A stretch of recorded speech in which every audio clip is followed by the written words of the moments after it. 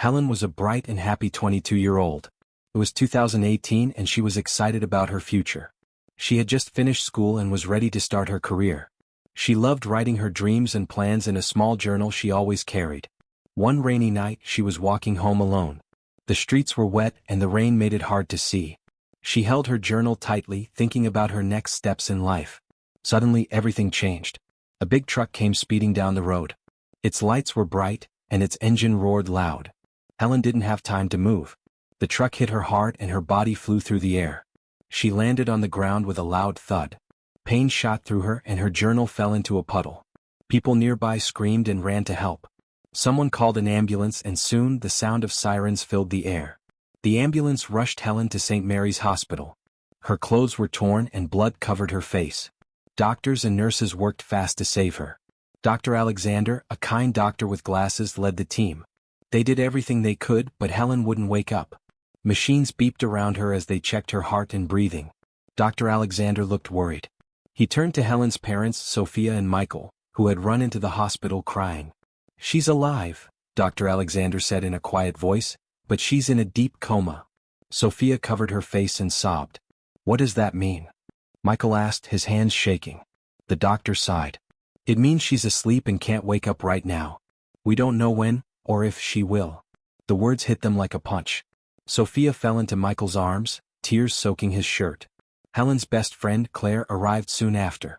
She was shocked to see Helen lying still, tubes and wires all around her. "She was fine just yesterday," Claire whispered, her eyes red. The hospital room felt cold and quiet, except for the steady beep of the machines. That night Helen's dreams stopped. Her journal, soaked and forgotten, stayed on the wet street. 7 long years of silence began. At St. Mary's Hospital, the doctors worked hard to save Helen. Dr. Alexander, a tall man with a serious face, was in charge. He wore a white coat and moved fast, telling the nurses what to do. Machines beeped loudly as they checked Helen's heart and breathing. Her body was still, her eyes closed tight. The team tried everything, medicines, tests, even shouting her name, but nothing worked. Blood stained the sheets, and her face looked pale under the bright lights. Dr. Alexander wiped sweat from his forehead and shook his head. After hours of fighting, he knew the truth. "She's in a deep coma," he told the other doctors quietly. They stopped moving, staring at Helen. A coma meant she was asleep, but not like normal sleep. She couldn't wake up, couldn't talk, couldn't move. Dr. Alexander didn't know if she'd ever open her eyes again. He wrote notes on a clipboard, his hand shaking a little. The room grew silent, except for the soft hum of machines keeping her alive. Soon Helen's parents, Sophia and Michael, rushed into the hospital. Sophia's hair was messy, and her eyes were wide with fear. "Where's my daughter?" she cried. Michael held her arm, his face white as a ghost. Dr. Alexander met them in the hallway. "She's alive," he said, "but she's in a coma. We don't know when she'll wake up." Sophia's legs gave out and she fell against Michael, sobbing. "No, not my Helen," she whispered. Michael clenched his jaw, trying to stay strong. "We won't leave her," he said, his voice breaking. Claire, Helen's best friend, came running in next. She wore a jacket still wet from the rain. When she saw Helen in the bed, hooked to tubes and wires, she froze. "This can't be real," she said, tears falling fast. Claire grabbed Helen's hand, but it didn't move. "I'll stay with you," she promised. Sophia and Michael nodded, sitting by the bed. They all looked at Helen, so still and quiet. They didn't know it then, but they'd wait 7 long years, hoping for a miracle.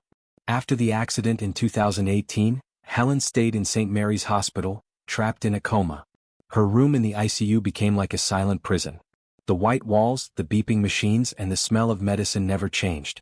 At first, lots of people came to see her, friends, classmates, neighbors. They brought flowers and cards, filling the room with color. But as the months turned into years, the visitors stopped coming.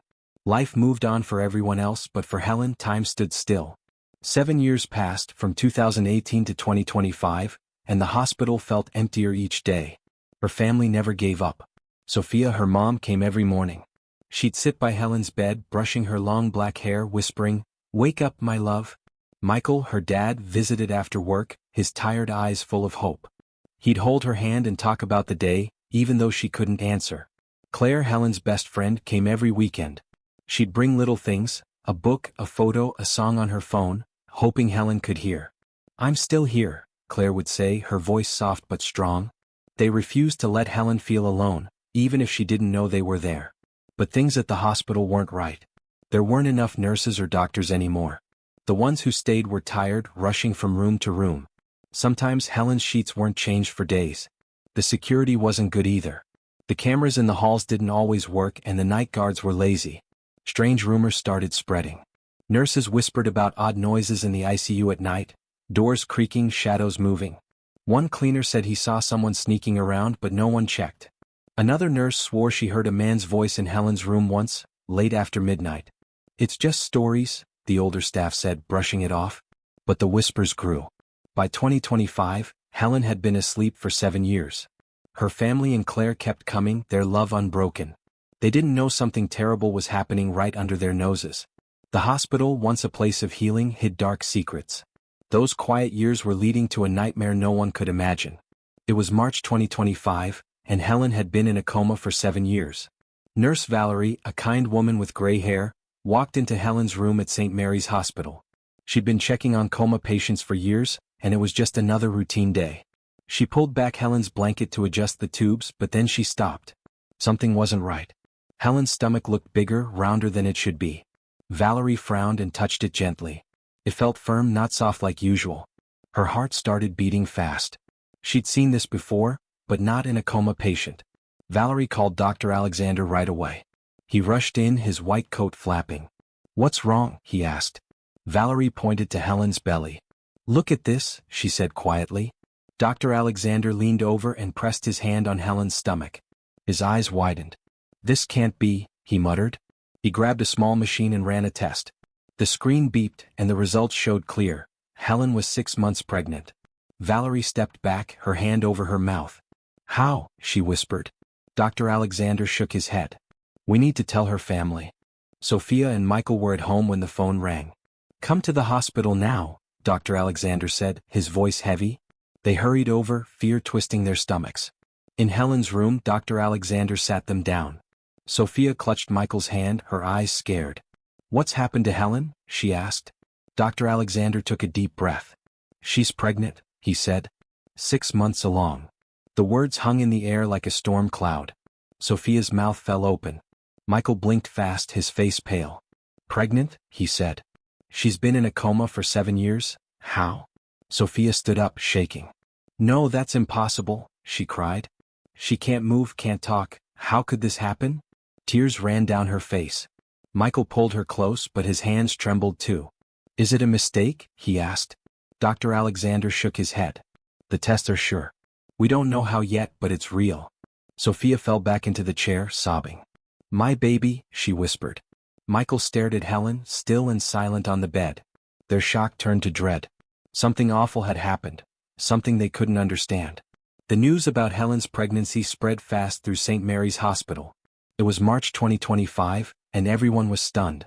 Nurses whispered to each other in the halls. "A coma patient, pregnant?" one said, her eyes wide. "After 7 years? That's impossible," another replied, shaking her head. Doctors stopped in the break room, talking quietly. "I've never seen anything like this," an older doctor muttered, sipping his coffee. The staff couldn't believe it. Shock turned to confusion, and soon the whispers grew loud. Someone told a friend outside, and the story leaked beyond the hospital walls. By the next day the police arrived. Chief Samuel, a tall man with a stern face, walked in with Detective James, a younger officer with sharp eyes. They heard about Helen and came straight to St. Mary's. Dr. Alexander met them in his office.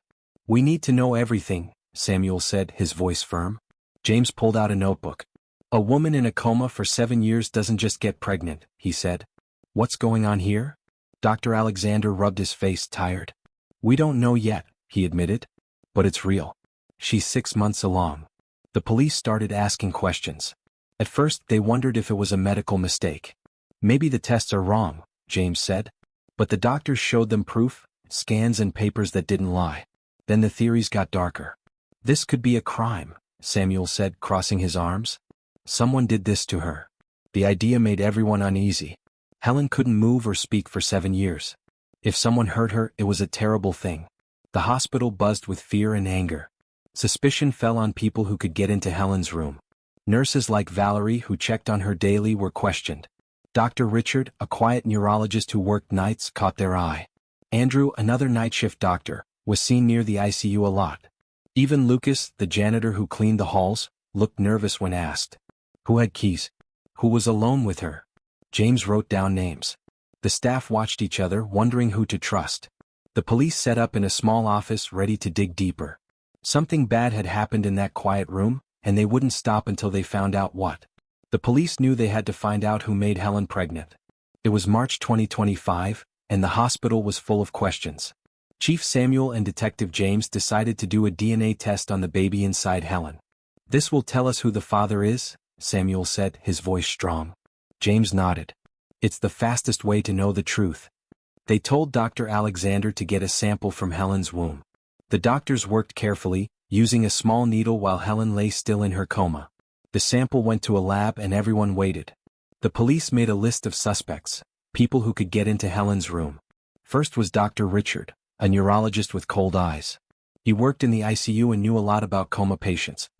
He's smart enough to hide something, James said, writing his name down. Next was Andrew, a young doctor who took night shifts. He was often seen near Helen's room after dark, which looked suspicious. Then there was Lucas, the janitor. He was quiet and cleaned the halls late at night. He's got keys to everywhere, Samuel said. They all had a chance to be alone with Helen. Andrew became the big question at first. Nurses said he stayed late a lot, even when he didn't need to. I saw him by her room at midnight once, a nurse whispered to James. The police watched him closely. They checked his schedule and asked him hard questions. Andrew looked scared. I just work hard, he said, sweating. But then they found proof. Camera footage showed him in the break room, not Helen's room, during those late nights. His story checked out. He's clean, Samuel said, crossing Andrew's name off. It was a dead end, but it made them look harder at the others. The DNA test results were still coming. The police kept eyes on Richard and Lucas. Richard acted calm, too calm, like he didn't care. Lucas fidgeted when they talked to him, avoiding their eyes. Someone's hiding something, James said, tapping his pen. The hospital felt tense, like a storm was building. The test would name the father soon, and when it did, everything would change. They just didn't know how big the shock would be. The police needed proof to catch the person who hurt Helen. It was March 2025, and they checked the hospital's security cameras. But there was a problem. Most of the footage from Helen's room was gone. Someone erased it, Detective James said, frowning at the blank screens. Chief Samuel slammed his hand on the table. That's no accident. They knew whoever did this was hiding something big. The trail seemed cold, but Nurse Valerie wouldn't give up. She remembered an old storage room with backup tapes. Late at night, she sneaked in and searched through dusty boxes. After hours, Valerie found something, a partial video clip from 4 months ago. Her hands shook as she played it. The grainy screen showed Helen's room, dark and quiet. Then a figure walked in. It was Dr. Richard, the neurologist. He came at 3 a.m. when no one else was around. He stood by Helen's bed for a long time, his face clear in the light. Valerie's stomach turned. It's him, she whispered. She copied the clip and ran to the police. Look at this, she said, handing it over. Samuel and James watched, their faces hard. This is it, James said. He's our man. Then another clue came up. A nurse named Mary spoke quietly to Valerie. I heard something, she said. 4 years ago, another coma patient got pregnant too. The police dug into old files and found the case. A woman named Lisa, asleep in the ICU in 2021. She'd been pregnant, but the baby didn't survive. Dr. Richard had been her doctor too. It's the same, Samuel said, reading the report. He did it before. Lisa's family was gone now, but hospital records showed Richard was alone with her a lot. It wasn't just Helen. He had a pattern of hurting helpless patients. The pieces fit together. The video showed Richard sneaking around, and the old case proved he'd done it before. He's a monster, Valerie said, her voice shaking. Samuel nodded. We've got enough to nail him. The police tightened their grip, ready to move. Richard thought he'd covered his tracks, but the truth was coming out. Helen wasn't his only victim, and soon he'd face what he'd done. In March 2025, the DNA test results came back. The police and hospital staff waited in a small room, holding their breath. Detective James opened the file from the lab. It's Dr. Richard, he said, his voice low. He's the father. Chief Samuel's face turned red with anger. That bastard, he muttered.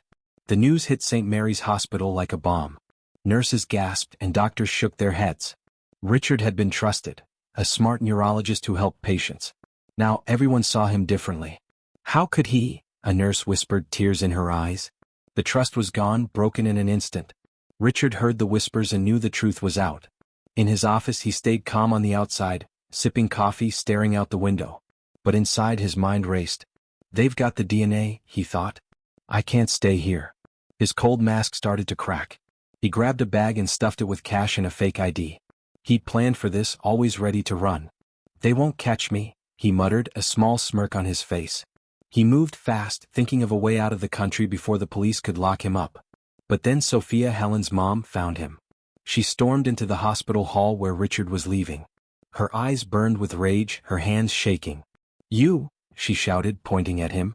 Richard froze, turning to face her. You monster, what did you do to my daughter? Sophia's voice broke, loud and raw. People stopped to watch, the air thick with tension. Richard tried to stay cool. I don't know what you're talking about, he said, his voice smooth. But Sophia stepped closer, tears streaming down her face. 7 years she's been asleep and you hurt her. How could you? Richard's smirk faded.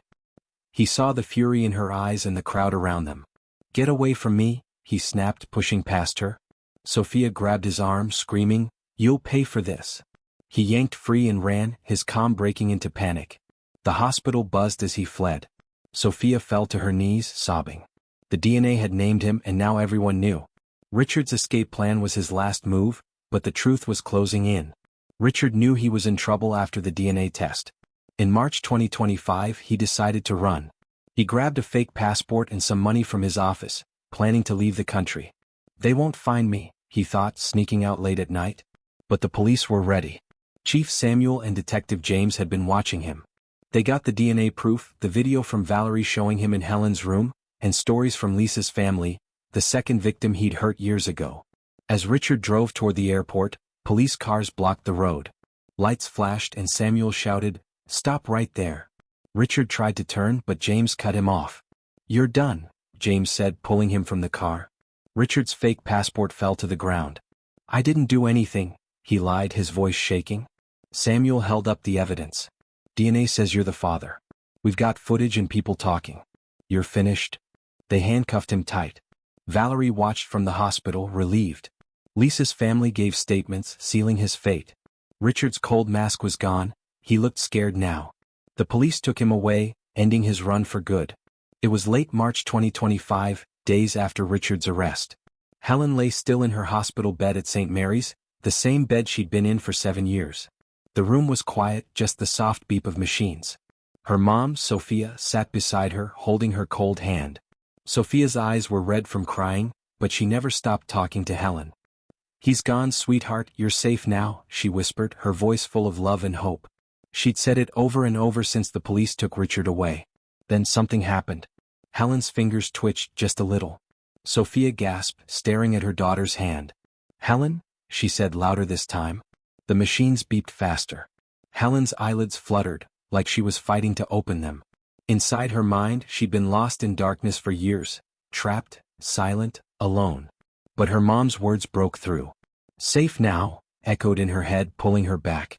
Her eyes opened slowly, squinting at the bright light. She was awake. Sophia cried out, Helen, my baby? She hugged her tight, tears falling fast. Helen's body felt weak and heavy, like it wasn't hers anymore. She tried to speak but her throat was dry. Mom, she croaked, her voice small. Sophia sobbed harder, nodding. Dr. Alexander rushed in, checking Helen's pulse and eyes.